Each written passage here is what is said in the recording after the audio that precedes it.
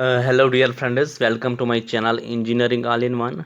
So already I have uploaded a video related to the percentage, a concept with a question. Now today we will see one more question and a concept is involved in it. The fact, the things we will learn in this question can be applied in other questions which are of same type. Now coming to the question. Radius of sphere is increased by 10%. Find net percentage change in volume. करना क्या है हमें, radius जो sphere की है वो 10% से increase हो रही है, तो वॉल्यूम की जो परसेंटेज चेंज होगी हमें वो निकालनी है। तो पहले देखेंगे नेट परसेंटेज चेंज इन रेडियस। रेडियस की जो नेट परसेंटेज वो 10% है।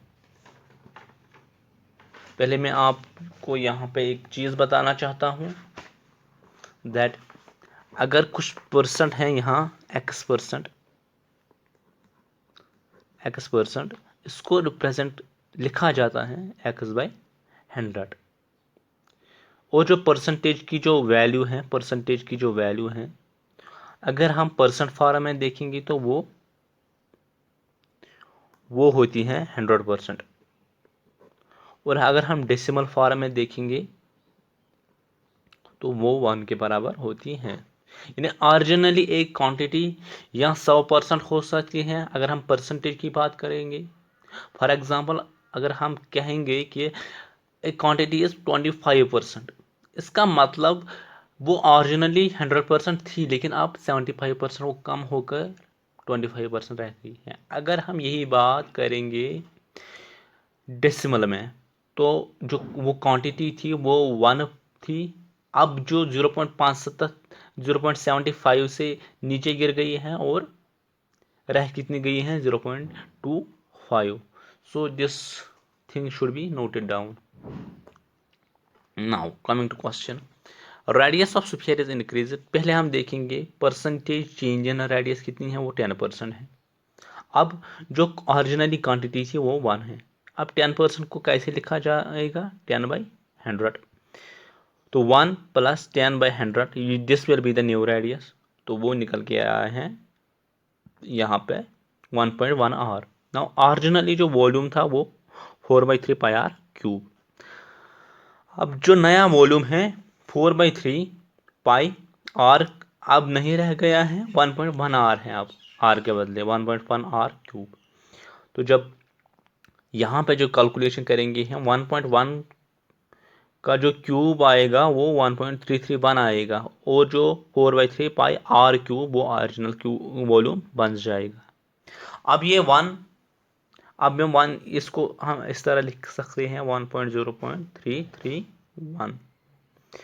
तो 100 से मल्टीपल कीजिए, ये ओरिजिनल था 100%, अब जो चेंज हो गई है 0. इसको इसके 100 के साथ मल्टीपल कीजिए, 3 वो आएगा 33.1%। सो जो चेंज होगा वॉल्यूम में 10% इंक्रीज रेडियस करने की वजह से वो 33.1%। चलो ये एक मेथड हो गया। अब हम दूसरे मेथड की तरफ बढ़ते हैं। वो जो दूसरा मेथड है वो काफ़ी क्वेश्चंस में पूछा जा सकता, मतलब it is useful in various types of questions. Now see here, effective percentage formula method. What is this? X plus y plus xy in division of 100। अगर इंक्रीज हो रहा है तो वहाँ पे हमें साइन पॉजिटिव लेनी है। यहाँ पे देख रहे हो, मतलब एक क्वांटिटी इज इंक्रीज बाई 10%, तो वो 10 हमें पॉजिटिव लेना है। एक क्वांटिटी इज डिक्रीज बाई 20%, वो क्वांटिटी वो -20 हमें माइनस में लिखना है। आई hope you have got this. X अगर क्वांटिटी इंक्रीज हो रही है पॉजिटिव, अगर क्वांटिटी डिक्रीज हो रही है नेगेटिव, वो न्यूमेरिकल वैल्यू हमें नेगेटिव में लिखना है। जो वॉल्यूम है 4/3 पाई आर क्यूब। अब इस आर क्यूब को हम इस तरह लिख सकते हैं, आर क्यूब R वो हो जाएगा आर क्यूब। अब इस आर क्यूब में से इसको x मानते हैं, इसको y मानते हैं, इस वाले y को। नाउ टू डिफरेंशिएट, अब थोड़ा हम यहाँ पे लिखेंगे, या हम यहाँ ऐसे भी लिखेंगे। देखो ये r और r, ये x और y बन गई। जो फार्मूला है x y plus x by 100। अब इसको डिफरेंशिएट करने के लिए थोड़ा सा मैंने लिखा है यहाँ पे r1 r2 और r3, otherwise this is same these are, but to avoid the confusion I have, मैंने R1 R2 और R3 लिखा है यहाँ पे। तो R इफेक्टिव, पहले हम इन दो के लिए, क्योंकि ये जो इफेक्टिव परसेंटेज फार्मूला है इसमें सिर्फ दो वेरिएबल्स होनी चाहिए, तो फिर पहले हम ये परसेंटेज फार्मूला इन दो के लिए लगाएंगे, फिर यहाँ से R इफेक्टिव निकल के आएगा, फिर उस R इफेक्टिव को इस R के साथ मल्टीपल करेंगे, तो वो उस इन दोनों को की जो फिर इन दोनों पे ये इफेक्टिव परसेंटेज फार्मूला अप्लाई कर सकते हैं। तो R इफेक्टिव क्या बराबर होगा, पहले इन दो आरों को देखेंगे, R1 plus R2 plus R1 into R2 divide by 100। 10% increase हो रहा है, 10 प्लस 10 मल्टीपल 10 इंडिविजन ऑफ 100, वो आएगा 21%। नाउ अब ये R3 बच गया है और इन दोनों का R इफेक्टिव निकल के आ गया है। अब इस R इफेक्टिव और R इफेक्टिव और R3 इन पे आप ये परसेंटेज फार्मूला लगाएंगे। अब ये R इफेक्टिव कितना आया है 21% plus R3 10% plus 21 into 10 in division of 100 which will be equal to 33.1%. We will see one more question here, two more questions. And what is this? This is my channel, engineering all in one. Hope you have got this. R effective is equal to R effective into R3 will be equal to 21 plus 10 into 21 into 10 in division of 100. So I hope you have got this all. Now we will see questions. अब यहाँ पे एक दूसरा question है, a landowner increased length and breadth of a rectangular plot by 10% and 20% respectively, find the percentage change in the cost of land assuming the prices are uniform.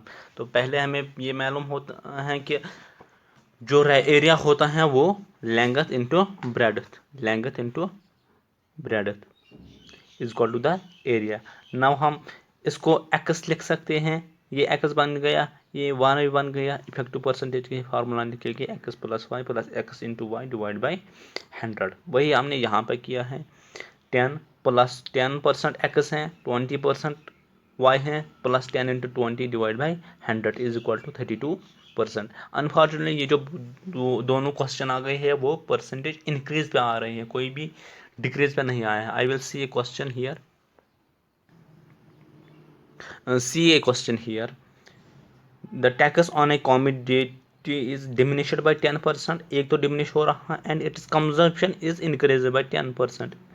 अगर tax diminish हो रहा है तो consumption इसकी 10% हो रही है, increase हो रही है, एक पॉज इंक्रीज हो रहा है, दूसरा डिक्रीज हो रहा है। Find the effect on the revenue.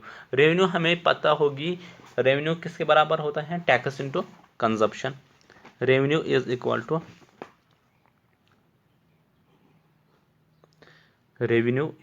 To tax into consumption. This is the formula for revenue. Now अब क्या हो रहा है, इसको हम x लिख सकते हैं, इसको हम y लिख सकते हैं, इफेक्टिव परसेंटेज की फार्मूला लिख सकते हैं x plus y plus x into in division of 100। I hope you have got this. नाउ एक क्वांटिटी क्या हो रही है, 10% से डिमिनिश हो रही है, हम इसको -10 से लिखेंगे, प्लस दूसरी क्वांटिटी क्या है वो इंक्रीज हो रही है 10 के साथ, तो positive plus -10 into 10 divide by 100। This will cancel, यहाँ आएगा -10, दिस विल कैंसल, -1%। इसका मतलब क्या है, ये माइनस इंडिकेट करा है डिक्रीज, तो इन डिक्रीज इन 1%। तीनों में से कोई भी ऑप्शन नहीं है, इसका मतलब है इसका ऑप्शन नंबर डी है। सो इसी तरह अगर एक क्वेश्चन देखा जाएगा, see here a question, if the side of a square is increased by 30%, its area is increased by, हो क्या रहा है, if the side of the square is increased, we know area of a square is equal to side का square, और we can write it s into s. Now इसको x मानेंगे, इसको y मानेंगे, इफेक्टिव परसेंटेज की formula x plus y in division of x divide by 100 लिखेंगे। Now side कितना increase हो रहा है 30% से, 30 plus 30 into 30 in division of 100। I hope you have got this. This cancel, this cancel, 3 3 are 9 plus 60, it will be 69% से increase हो रहा है, तो इसका B। I hope you have got this concept. Any type of question will come in this way, you will be able to solve it. Just see what I have did and you too will finish the question. Now I request you, if you have got some amount of knowledge from my video, you are requested to subscribe it. That is the best way to say thanks to me. Have a good day.